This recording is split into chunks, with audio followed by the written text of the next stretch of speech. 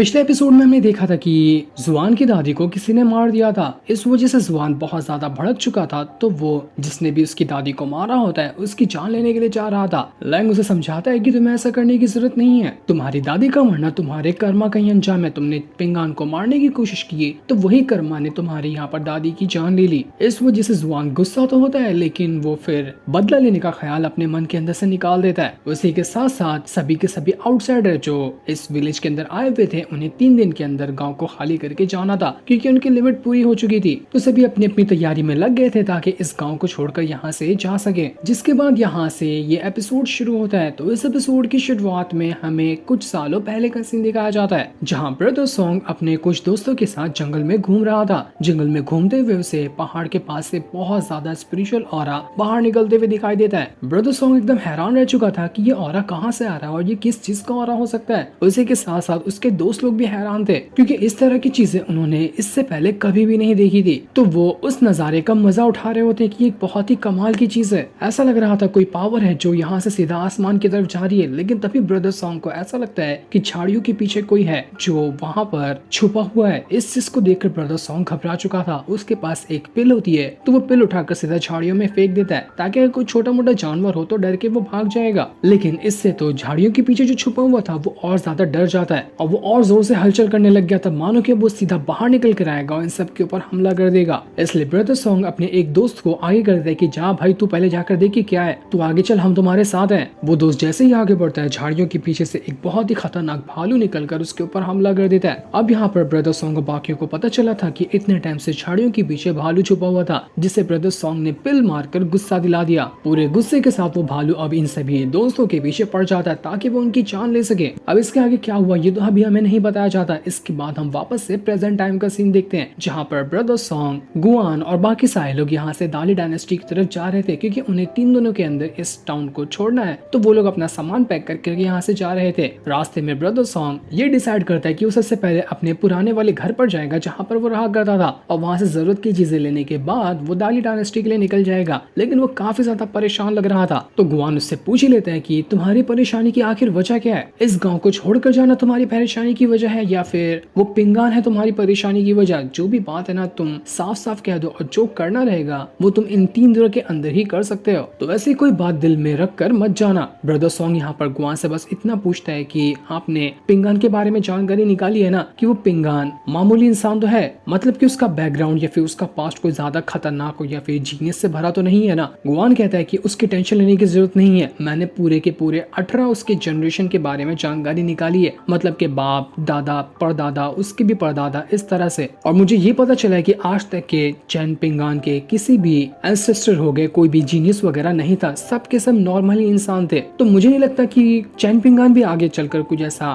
खास काम करने वाला है। वो बिल्कुल मामूली सा बंदा है, तब भी तुम आखिर उसके बारे में टेंशन क्यों ले रहे हो? क्या उसने कुछ तुम्हारा कभी बिगाड़ा है क्या, या फिर पुरानी उससे तुम्हारी कोई दुश्मनी है जिसकी वजह से जब तुम इस टाउन को छोड़कर जा रहे हो तो इतना ज्यादा उसके बारे में सोच रहे हो? जो भी बात है मुझे बता दो ताकि तुम्हारे मन का बोझ है ना वो हल्का हो जाए। ब्रदर सॉन्ग यहाँ पर उतना कुछ खास बताता नहीं, बस इतना कहता है कि मैं उसका पड़ोसी हूँ, इससे ज्यादा मेरा उससे कोई लेना देना नहीं है। लेकिन थोड़ी देर के बाद हमें पता चलेगा कि आखिर यहाँ पर ब्रदर सॉन्ग इतना ज्यादा परेशान क्यों था पिंगान के लिए। जिसके बाद हमें वापस से पास्ट का सीन दिखाया जाता है, जब ब्रदर सॉन्ग छोटा था वो अपने घर के अंदर किताबें वगैरह पढ़ रहा होता है। तब उसे सामने से पिंगान आते हुए दिखाई देता है, जो बड़े मजे से मछलियां वगैरह पकड़कर अपने घर की तरफ जा रहा था। तो यहाँ पर ब्रदर सॉन्ग पिंगान से कह देता है कि अगली बार तुम कभी बाहर जाओगे ना तो मुझे भी अपने साथ ले जाना, मैं तुम्हें इसके बदले थोड़े पैसे दे दिया करूंगा। पिंगान कहता है कि नहीं मुझे पैसों की जरूरत नहीं है, अगर तुम्हें चलना है तो तुम ऐसे भी चल सकते हो, अपने साथ ले जाने के लिए मैं कहाँ ही तुमसे पैसे लूं। लेकिन ये सुनकर तो ब्रदर सॉन्ग को गुस्सा आ जाता है। वो कहता है कि तू मुझे क्या भिखारी समझता है, मेरे पास बहुत पैसे, तू पैसा नहीं लेगा ना तो मेरे को तेरे साथ जाना भी नहीं है। ब्रदर सॉन्ग जो था बचपन से ही पिंगान के बाजू में तो रहता था, लेकिन वो उसे जलन भी करता था, क्योंकि पिंगान के पास कुछ भी नहीं है, ना उसके पास अच्छा पैसा है, ना घर है, ना उसके पेरेंट्स थे। लेकिन पिंगान हमेशा से खुश रहा करता था, वो गरीबी में ही खुश रहना सीख चुका था। लेकिन ब्रदर सॉन्ग के साथ ऐसी बात नहीं थी, उसके पास सब कुछ था लेकिन फिर भी वो खुश नहीं था। यही चीज की उसके अंदर जलन हमेशा रहती थी कि मेरे पास सब कुछ होने के बाद भी मैं खुश नहीं हूँ, और पिंगान के पास कुछ भी नहीं है तब भी वो खुश कैसे है। यही बात को लेकर ब्रदर सॉन्ग आज तक के पिंगान से जलता हुआ आया था, क्योंकि वो उसके पड़ोस में रहता था तो वो पिंगान को हमेशा देखता ही था। इसके बाद प्रेजेंट टाइम में ब्रदर सॉन्ग जो था वो अपने साथियों के साथ अपने पुराने घर में आता है, और उसके साथ ही वहाँ पर सामान वगैरह को पैक करके दाली डायनेस्टी ले जाएंगे जिसकी भी जरूरत पड़ने वाली है। लेकिन गुआन जो था उससे कुछ साथियों के ऊपर डाउट पड़ जाता है कि वो यहाँ पर आपस में ही कानाफूसी कर रहे थे, क्या पता हो सकता है कि इनका यहाँ पर कुछ अलग प्लान हो। दूसरी तरफ हम पिंगान को देखते हैं जो पूरी तरह से अब रिकवर हो चुका था और उसे होश भी आ गया होता है। जैसे उसे होश आया था उसे सामने निंग्याओ दिखाई देती है। पिंगान जल्दी से निंग्याओ के पास आता है और उसे उसका डैगर देते हुए कहता है कि ये डैगर तुम अपने पास रख लो। ये देखकर निंग्याओ हैरान थी और पिंगान से कहती कि अरे तुम तो अभी यहाँ पर रिकवर हुए और यहाँ पर तुम आज ही मुझसे ब्रेकअप करना चाहते हो क्या? इस डैगर को मुझे लौटा कर तुमने इतना भी नहीं सोचा मैंने तुम्हारा कितना अच्छे से ख्याल रखा, तुम्हें ठीक करने की कोशिश की।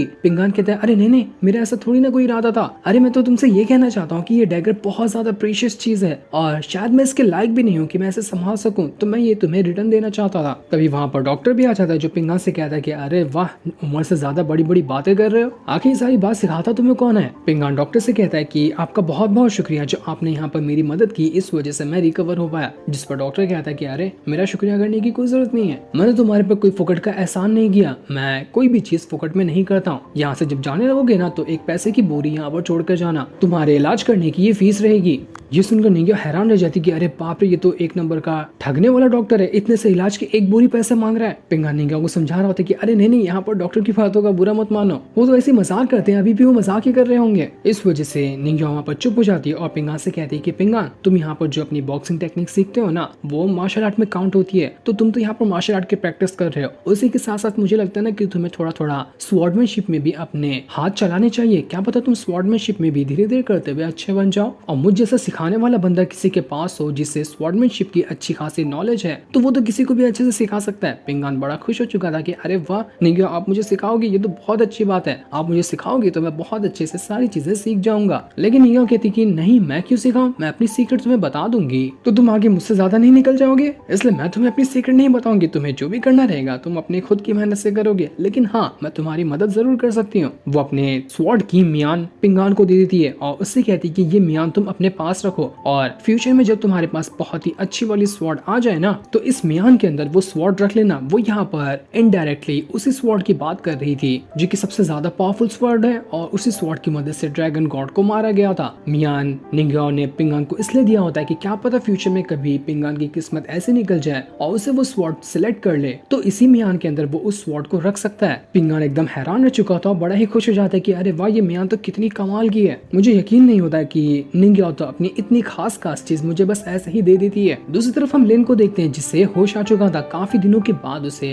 अब होश आ गया होता है। मास्टर रुआन की बेटी वहाँ पर बहुत ज्यादा खुश हो जाती है कि अरे वाह, यहाँ पर तो लिन को होश आ गया, मैं जल्दी से ये खबर पिंगान को जाकर बताती हूँ। वो जैसे दरवाजा खोलती है उसके दरवाजे के बाहर ही पिंगान और निंग्याओ दोनों खड़े होते हैं क्योंकि वो दोनों यहाँ पर लिन को ही देखने के लिए आए हुए थे। पिंगान जैसे ही लिन को यहाँ पर होश में देखता है वो बहुत ज्यादा खुश हो जाता है और उससे कहता है कि अरे मेरे भाई, मेरे यार, मेरे जिगर के टुकड़े, तुझे होश आ गया, तुझे पता भी है मैं तुझे होश में देखकर कितना ज्यादा खुश हूँ, मैं अपनी खुशी बता ही नहीं सकता। वो मजाक मजाक में उसे टच करने के लिए एक हल्का सा पंच मार देता है, लेकिन पिंगान के अब पंच में ज्यादा ताकत आ गई थी तो इससे लिन को काफी ज्यादा तकलीफ होने लग जाती है। पिंगान यहाँ पर मास्टर रुआन से कहता है कि आपका बहुत बहुत शुक्रिया जो आपने यहाँ पर लिन का इलाज किया और उसे रिकवर करने की कोशिश की। मास्टर रुआन कहता है देखो, मैं यहाँ पर कोई काम फ्री में नहीं करता, मैंने इस लिन को अपना ताकि वो मेरी स्वॉर्ड वगैरह बनाने में मदद कर सके, लेकिन वो इतने टाइम से बीमार है तो वो काम नहीं कर पाया, तो इसलिए अब से तुम्हें उसके बदले यहाँ पर काम करना होगा, मेरे लिए स्वॉर्ड बना के देनी होगी। लेकिन अपनी बेटी का गुस्से वाला चेहरा देखकर मास्टर रुआन भी वहाँ पर शांत हो जाते कि नहीं भाई, तू काम मत ही कर, तू यहाँ पर काम करेगा तो मेरी बेटी मेरा सर खा जाएगी। मास्टर रुआन यहाँ पर निंग्याओ से कहते कि तुमने जिस चीज की डिमांड की थी ना, काफी हद तक की वो चीज पूरी हो चुकी है, थोड़ी टाइम में वो पूरी हो भी जाएगी। यहाँ पर हमें पता चलता है कि निंग्याओ ने मास्टर रुआन से कहा था कि वो एक बहुत ही कमाल की स्वॉर्ड चाहती है, तो यहाँ पर मास्टर रुआन बहुत ही अच्छी वाली स्वॉर्ड बनाने की कोशिश कर रहे थे। जैसे वो रेडी हो जाएगी तो वो निंग्याओ को वो स्वॉर्ड दे देंगे। इसी चीज के बारे में मास्टर रुआन यहाँ पर निंग्याओ को बता रहे थे, तभी वहाँ पर वो लड़की भी आ जाती है जिसने ही दवा देकर यहाँ पर लिन की जान बचाई थी। वो एक और बंदे के साथ आई हुई थी जिसका नाम फैंग होता है। फैंग यहाँ पर पिंगान के पास आता है और उससे कहता है कि इस लड़की को जो तुम देख रहे हो ना, इसका नाम सिस्टर चेन है, ये चेन फैमिली से आती है और तुम भी चेन पिंगान हो ना, तो मतलब कि तुम भी चेन फैमिली से आते हो। हमने यहाँ पर तुम्हारे काफी सारे जो जनरेशन पहले की थी ना उसकी जानकारी निकाली, तो हमें ये पता चला कि हम दोनों तुम्हारे बहुत दूर के रिश्तेदार लगते हैं, करीब 200-250 साल पकड़ के चलो, उतने पुराने टाइम से हम लोग अलग तो हो गए, लेकिन एक हिसाब से देखा जाए तो बहुत जनरेशन पहले से हिसाब लगाया तो अभी तक के हम दोनों रिश्तेदार ही होते हैं। तो सिस्टर चेन यहाँ पर इसलिए आई है ताकि वो अपने एंसेस्टर की जो कब्र वगैरह है ना उस पर जाकर थोड़ी देर के लिए लिए प्रार्थना कर सके। तुम भी चैन फैमिली से आते हो तो शायद तुम्हें पता होगा कि चैन फैमिली के जितने भी एंसेस्टर वगैरह हैं उनकी कब्र को कहाँ रखा गया है। सिस्टर चैन बस वहीं पर जाना चाहती है। इसी की वजह से उन्हें जब पता चला कि इस पूरे के पूरे विलेज के अंदर तुम ही एक ऐसे इंसान हो जो चैन फैमिली से बिलोंग करता है, तो वो तुम्हारे पास आई और यहाँ पर आने के बाद उन्होंने सबसे पहले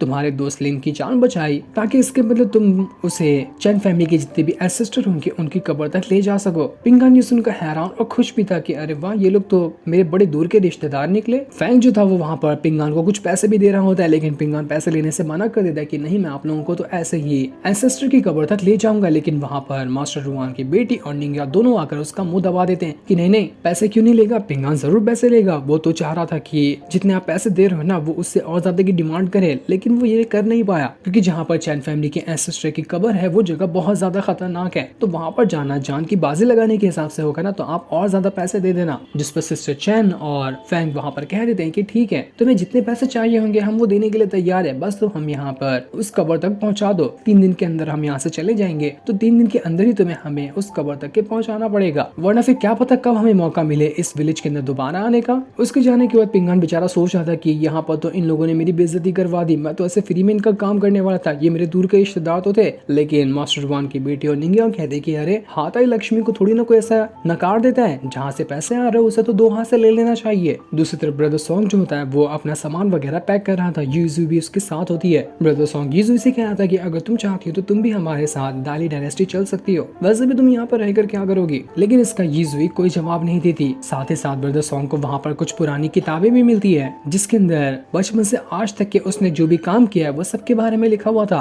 ब्रदर सॉन्ग हमेशा अपने लाइफ के कोई भी अच्छे या बुरे इवेंट होते तो उन्हें किताब में लिख लिया करता था, तो वही सारी किताबें उसके पास थी और उन किताबों को पढ़ के वो पुराने टाइम को याद करने लग जाता है। तभी वहाँ पर एक उड़ते हुए स्वॉर्ड आती है जो सीधा का सीधा ब्रदर सॉन्ग के ऊपर अटैक करने वाली थी, लेकिन कुआन बीच में आकर उस स्वॉर्ड को पकड़ लेता है। इस चीज को देखकर वो बंदा जिसने यहाँ पर स्वॉर्ड की मदद से ब्रदर सॉन्ग के ऊपर हमला किया था वो वहाँ से भागने की कोशिश करता है, क्योंकि वो यहाँ पर सिर्फ ब्रदर सॉन्ग की जान लेने के लिए आया था, लेकिन वो इसमें फेल हो गया। सब के सब जो गुआन के साथी होते हैं वो उस बंदे के पीछे जाते हैं ताकि वो उसे पकड़कर मार डाले कि आखिर यहाँ पर इसकी हिम्मत कैसे हुई ब्रदर सॉन्ग की जान लेने की कोशिश करने की। लेकिन वो बंदा बड़ा ही कमाल का था, वो सारे के सारे सिपाहियों को एक एक करके मार डालता है। कोई भी सिपाही उसके पास टिक ही नहीं पा रहा था। लेकिन तब वहाँ पर आता है गुआन जो एक ही बार अटैक करते हुए उस बंदे का सर धड़ से अलग कर देता है। इतना ब्रूटल किल उसने किया था जो कि साफ साफ दिखाया भी जाता है। सेंसर बोर्ड ने इसे कैसे अलाउ कर दिया। गुआन यहाँ पर ब्रदर सॉन्ग से कह रहा था कि हमारी जो दाली डायनेस्टी है ना उसके अंदर 7 अलग अलग एजेंसी है जो अलग अलग तरह की दाली डायनेस्टी के अंदर होने वाले काम के ऊपर नजर रखती है। उनमें से 3 जो है वो मेरे कंट्रोल में है और बाकी की 4 जो है वो इनर कोर्ट यार्ड या आउटर कोर्ट यार्ड हो गया, उन सभी की निगरानी करती है। ऐसा लगता है कि जो वो 4 है ना उनमें से ऐसा कोई होगा जो यहाँ पर आकर तुम्हारी जान लेने की कोशिश कर रहा हो। ऐसा लग रहा है कि हमारे अपने ही हमारे खिलाफ होते जा रहे हैं। यहाँ के दुश्मन का तो सफाया हो गया, लगता है कि अब दाली डायनेस्टी में जाने के बाद बिना वहाँ के भी दुश्मनों का सफाया करना पड़ेगा। तो तुम्हारे पास भी अगर ऐसी कोई चीज है या फिर कोई इंसान है जिसका तुम सफाया करना चाहते हो तो यही तुम्हारे पास मौका है। कोई राज दिल में छुपा कर मत रखो और सब कुछ खाली करके हम यहाँ से चलेंगे। ऐसा लग रहा था कि गुआन यहाँ पर ब्रदर सॉन्ग को काफी टाइम से उकसाने की कोशिश कर रहा है ताकि जो चीज ब्रदर सॉन्ग भुलाना चाहता है वो उसे दोबारा से याद दिला सके। तब हमें दोबारा से पास्ट का सीन दिखाया जाता है जहाँ पर जब उस भालू ने ब्रदर सॉन्ग और उसके दोस्तों के ऊपर हमला किया था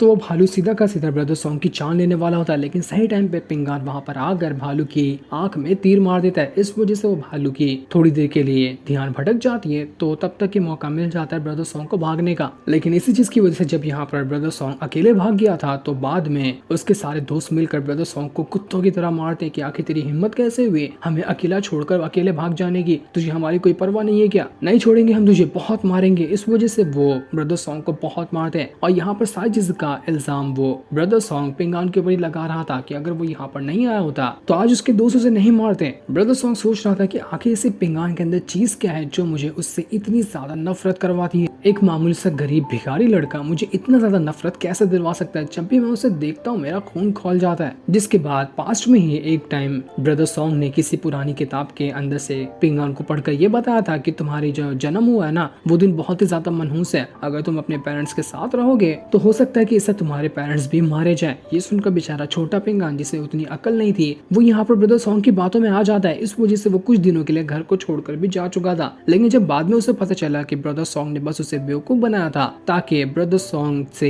पिंगान दूर हो जाए तो पिंगान बहुत ज्यादा भड़क चुका था। फिर ब्रदर सॉन्ग सॉन्ग के पास आता है और उसका गला दबाते हुए उससे कहता है कि आखिर तेरी हिम्मत कैसे हुई मुझे यहाँ पर झूठ कहने की, तेरी वजह से मैं कितना परेशान रहा, मुझे यहाँ पर रहने के लिए भीख तक मांगने पड़ गए, तूने बस मुझसे दूरी बनाने के लिए मुझसे इतना बड़ा झूठ कहा, मैं तुझे आज नहीं छोड़ने वाला, आज मैं यहाँ पर तेरी जान लूंगा। छोटा पिंगान वहाँ पर ब्रदर सॉन्ग का बहुत जोर से गला दबा चुका था, मानो कि यहाँ पर ब्रदर सॉन्ग मर जाएगा, लेकिन पिंगान यहाँ पर फिर भी ब्रदर सॉन्ग को नहीं मारता और अपने हाथ ढीले करके वहाँ से जाने लगता है। लेकिन इस चीज से ब्रदर सॉन्ग बहुत ज्यादा गुस्सा हो चुका था कि आखिर इस भिखारी की हिम्मत कैसे हुई मुझ पे हाथ उठाने की और मेरा गला दबाने की। यही गुस्सा आज तक के ब्रदर सॉन्ग अपने मन में लिया हुआ था, लेकिन कभी भी वो इस गुस्से को बाहर नहीं निकाला था। लेकिन अब जब वो इस गाँव से जा रहा है और शायद ही उसे दोबारा कभी मौका मिले पिंगान को देखने का, तो उसे उसका पुराना गुस्सा जो उसने दबा कर रखा था वो सभी वापस से जाग रहा होता है। ब्रदर सॉन्ग वहाँ पर कह रहा था कि काश पिंगान तूने बचपन में ही गला दबाकर मुझे मार दिया होता, तूने मुझे नहीं मारा ना तो बहुत बड़ी गलती कर दी है, उस गलती की सजा कभी ना कभी तुझे मिलकर रहेगी। ऐसा लग रहा था कि ब्रदर सॉन्ग यहाँ पर जैसे उसको मौका मिलेगा तो पिंगान को मार भी सकता है। यीजू यहाँ पर ब्रदर सॉन्ग से कह रही थी कि आखिर तुम यहाँ पर पिंगान को लेकर इतने ज्यादा परेशान क्यों रहते हो, उसे भुला दो ना, वैसे भी तुम यहाँ पर इस गाँव को छोड़कर जा ही रहे हो तो बाहर जाने के बाद तुम्हें ऐसी ऐसी चीजें मिलेंगी जो तुम्हें पिंगान को भुलाने में मदद करेगी और बस कुछ दिनों की बात है, कुछ दिनों के अंदर तुम बुरी तरह से पिंगान को भुला दोगे और एक बुरा सपना समझकर तुम उसे दोबारा कभी याद भी नहीं करोगे। तो सब चीज को इग्नोर मारो और सीधा सीधा यहाँ से चलते हैं। जैसे ब्रदर सॉन्ग की घोड़ा गाड़ी आगे बढ़ रही थी उसी के बाजू से पिंगान, निंग्या और बाकी सारे लोग गुजर रहे थे, जहाँ पिंगान सिस्टर चैन को उसके एंसेस्टर की टूम के पास ले जा रहा था। लेकिन यहाँ पर ब्रदर सॉन्ग पिंगान को देख नहीं पाता, बस दोनों आगे से गुजर चुके थे। ब्रदर सॉन्ग जब आगे बढ़ रहा था तो आगे बढ़ते हुए उसे काफी ज्यादा ऑरा बाहर निकलते हुए दिखाई देता है, जो ऑरा भी यहाँ पर जमीन से आसमान तक जा रहा था। मानो कि ये ऐसा ही ऑरा लग रहा था जैसा कि बचपन में ब्रदर सॉन्ग ने देखा था,